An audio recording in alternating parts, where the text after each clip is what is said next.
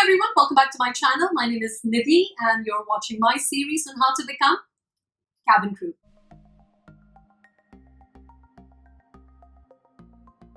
Today's video is very different for two reasons.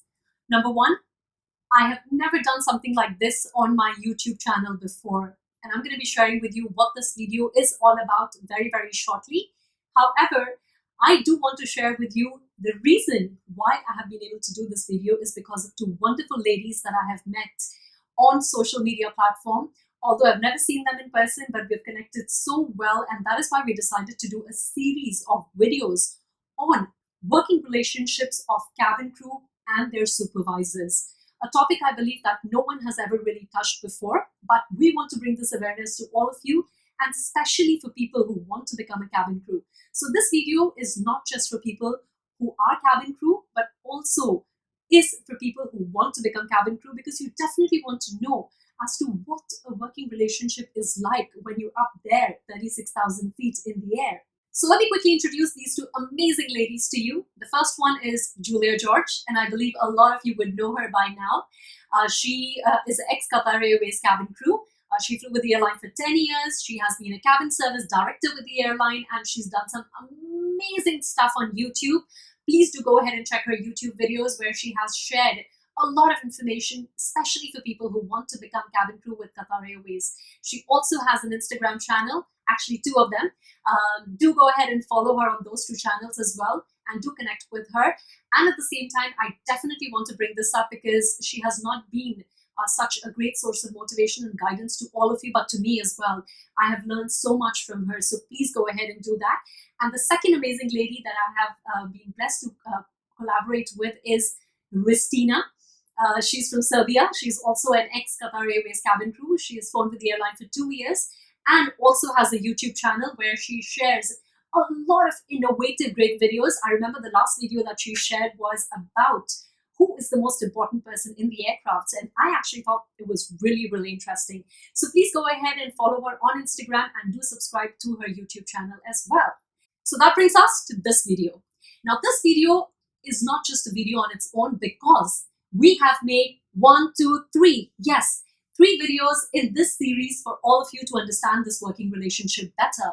Now, even before I share information as to how you can make it a better one, aren't you curious to know what are some of the things that actually annoys cabin crew that their supervisors do? And at the same time, what are some of the things that actually annoys supervisors which are done by cabin crew? So I would strongly advise you to go ahead and watch these two videos that have been created by Julia and Hristina on their YouTube channel before you start watching this video. So go ahead and pause this video right now. Welcome to my YouTube channel. My name is Hristina, and today I'm gonna talk about top 10 things that supervisors usually do, some of supervisors usually do, and that annoys crew so much. Let's start. What are the top 10 things that the cabin crew can do to annoy their supervisors on board the aircraft?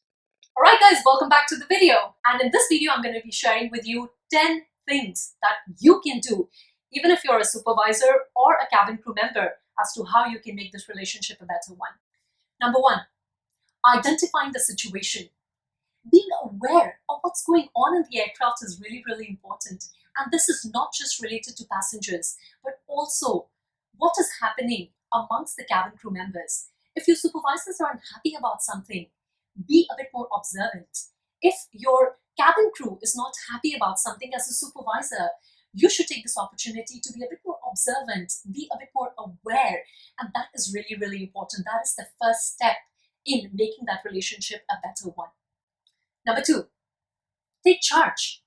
If as a supervisor, you feel that there is a tension between your cabin crew members, and as a cabin crew member, you realize that there is some sort of tension towards your supervisors, please take charge. There is no point in thinking that this is just another flight.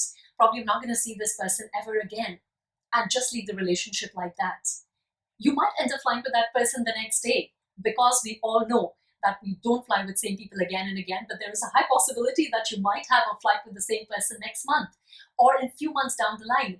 And what are you going to do then? You're probably going to report sick because you do not want to go through the tension again. So that is why taking charge is really important. Identifying and taking charge towards resolving the concern is the second thing that you want to do. Number 3, action plan. Now that you've identified, you've decided to take charge, it's really, really important to have an action plan.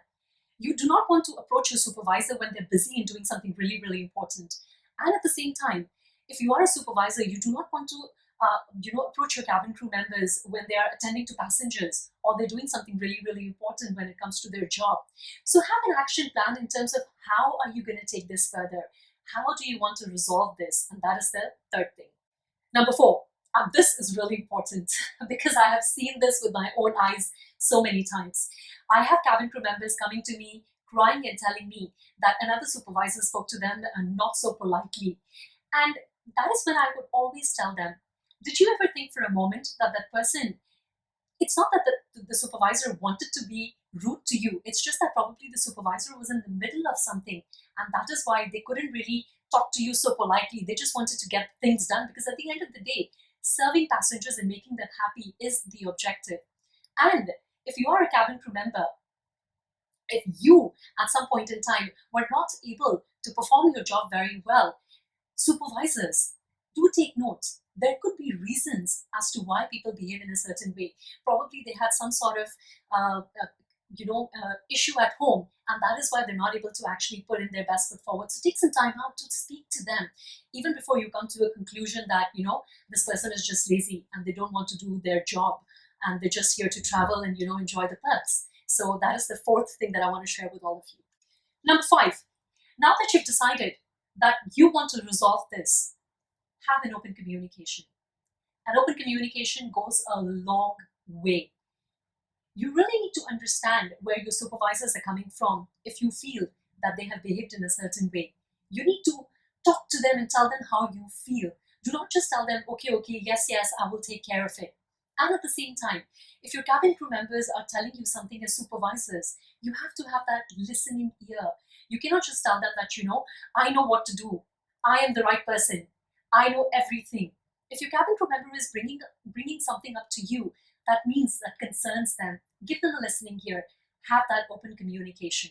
Number 6, and this is very close to my heart because I have seen so many times as a supervisor when I would give an instruction to someone, if they're not happy about it, if they don't want to do it, they will actually either make a face or they would start talking to me at that point in time itself and they would start telling me, no, I think we should do it this way and we should do it that way.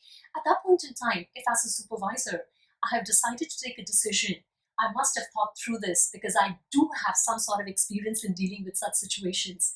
So as a cabin crew member, it's your responsibility to do the actions first and then do a feedback session, maybe after the service at an appropriate time. And same goes for the supervisors. If your cabin crew members are not doing something appropriately, the right time to give them the feedback would be after service. And even if you want to give them the feedback, ensure that you don't give them the feedback in front of other passengers, because to other passengers, they look at you as a team. They don't know who's junior, who's senior. For them, you are a team of cabin crew members who are going to take care of them. Number 7, whenever the feedback has been given to you, regardless of whether you're a supervisor or a cabin crew member, it's really important to respond appropriately because that is going to make that feedback more effective. And whenever you are responding, it is really important to have these 4 things that you should do. First and foremost, listen to what the person is saying. Don't just keep thinking about what do you want to say. How do you want to prove yourself? At the same time, remember to empathize, not just with the person, but also with the situation. And equally important is to acknowledge that there is a concern. Don't be in denial. And of course, last and the most important thing is to provide solutions so that this relationship can become better. There's no point in getting stuck on an issue. We need to move forward because remember, what is our objective? Our objective is to work together as a team to make this flight a successful and happy flight for our passengers. Number 8. So what is this objective that we want to achieve? Whenever there is an issue or a concern, why is it that we want it to be addressed?